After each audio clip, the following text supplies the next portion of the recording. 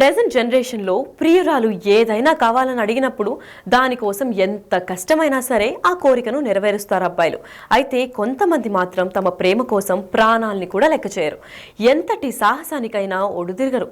అయితే ఇక్కడ నేను చెప్పబోయే స్టోరీ మాత్రం తన లవర్ మెప్పు కోసం ఏకంగా భారీ చోరీ చేశాడు.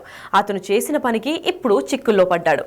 అసలు స్టోరీ ఏంటంటే, చోరీలు చేస్తూ అప్పనంగా సంపాదించిన సొమ్ముతో తనకు పరిచయమైన ఓ సినీ నటికి 3 కోట్లతో ఇల్లు నిర్మించి ఇచ్చాడు దొంగ.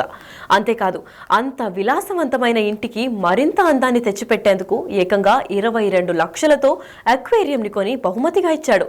తాజాగా ఓ కేసులో దొరికిన నిందితుడు విచారణలో చెప్పిన విషయాలని విని పోలీసులు కూడా మతిపోయినంత పనైంది. మహారాష్ట్రలోని సోలాపూర్కు చెందిన పంచాక్షరి స్వామి చిన్నప్పటి నుంచి దొంగతనాలకు అలవాటు పడ్డాడు. 2009 నాటికి ఘరానా దొంగగా మారి కోట్ల రూపాయలు సంపాదించాడు. 2014-15 సమయంలో ప్రముఖ సినీ నటి స్వామికి పరిచయం అయింది.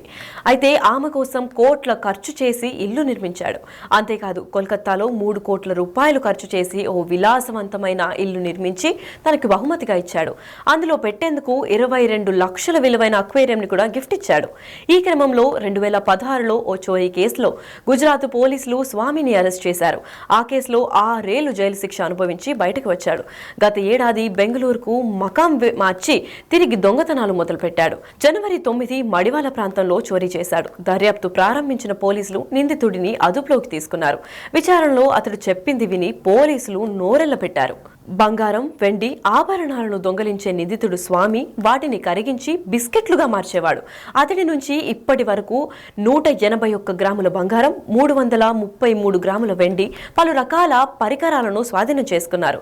కాగా స్నేహితురాలకి 3 కోట్లకి ఇల్లు కట్టించి ఇచ్చిన నిందితుడు తాను మాత్రం తల్లి ఇంట్లోనే ఉంటున్నాడు. ఆ ఇంటికి కూడా వాయిదాలు సరిగ్గా చెల్లించకపోవడంతో బ్యాంకు వేలం నోటీసులు పంపించింది. నిందితుడు పంచాక్షరి స్వామికి పెళ్లై ఒక పాప కూడా ఉన్నట్లు పోలీసులు తెలిపారు. అయితే నిందితుడికి సహకరించిన వ్యక్తి కోసం పోలీసులు గాలిస్తున్నారు.